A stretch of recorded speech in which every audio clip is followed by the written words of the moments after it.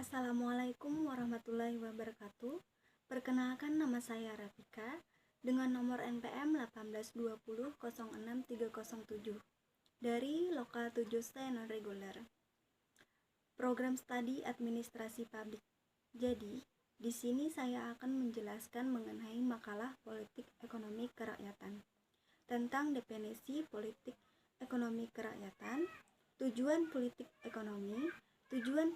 ekonomi di Indonesia, ekonomi kerakyatan dalam negara Pancasila, dan contoh dari ekonomi kerakyatan dalam negara Pancasila. Poin pertama, definisi politik ekonomi kerakyatan. Ekonomi kerakyatan menurut Baswir bahwa ekonomi kerakyatan secara mikro diterjemahkan dengan melembagakan ekonomi rakyat dan mengutamakan kemakmuran masyarakat di atas kemakmuran seseorang. Ekonomi kerakyatan pertama kali dicetuskan oleh Dr. Andes Muhammad Hatta.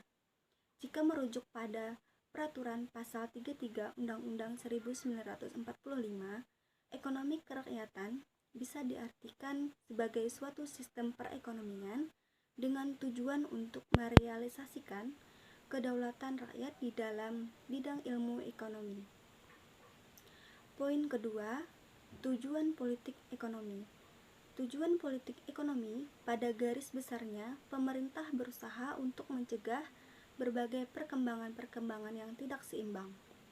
Beberapa tujuannya yaitu mengatasi pengangguran, menyetarakan pendapatan secara adil, meningkatkan produktivitas, dan hal lainnya. Poin ketiga, tujuan politik ekonomi di Indonesia. Politik ekonomi adalah tindakan-tindakan tertentu yang diambil atau dilakukan pemerintah untuk mencapai tujuan yang telah ditetapkan. Misalnya, di negara Indonesia, meningkatkan kesejahteraan penduduk atau warga masyarakat, menjamin berlakunya hukum dan ketertiban masyarakat, menjamin kebebasan berpendapat dan memilih, mengurangi ketegangan sosial, mempertahankan diri dari serangan-serangan luar, dan menyediakan sarana-sarana kesehatan dan pendidikan secara memadai. Poin keempat, ekonomi kerakyatan dalam negara Pancasila. Ekonomi kerakyatan adalah sistem ekonomi yang pelaksanaannya berdasarkan pada kepentingan serta kemakmuran rakyat. Ekonomi kerakyatan merupakan sistem ekonomi yang diharapkan dapat ditegakkan di Indonesia sehingga didapat manfaat untuk bersama, bukan hanya bagi salah satu pihak saja. Poin kelima, contoh dari ekonomi kerakyatan di dalam negara Pancasila, yaitu pendirian koperasi. Salah satu contoh nyata penerapan dari sistem ekonomi yang berlandaskan pada ekonomi rakyat adalah dibentuknya koperasi. Contoh kedua, penguasaan sumber daya oleh BUMN. Semakin besar kapasitas BUMN dalam mengelola kekayaan negara, akan semakin banyak pula pendapatan bisa dihasilkan untuk menunjang pembangunan. Contoh ketiga, biaya pendidikan gratis.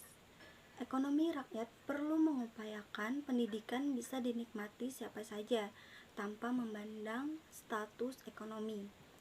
Keempat, bantuan pendanaan usaha mikro kecil dan menengah (UMKM).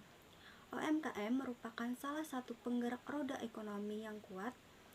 UMKM membuka peluang bagi seluruh masyarakat untuk aktif berpartisipasi dalam membantu percepatan roda pertumbuhan ekonomi di Indonesia. Contoh kelima, crowdfunding.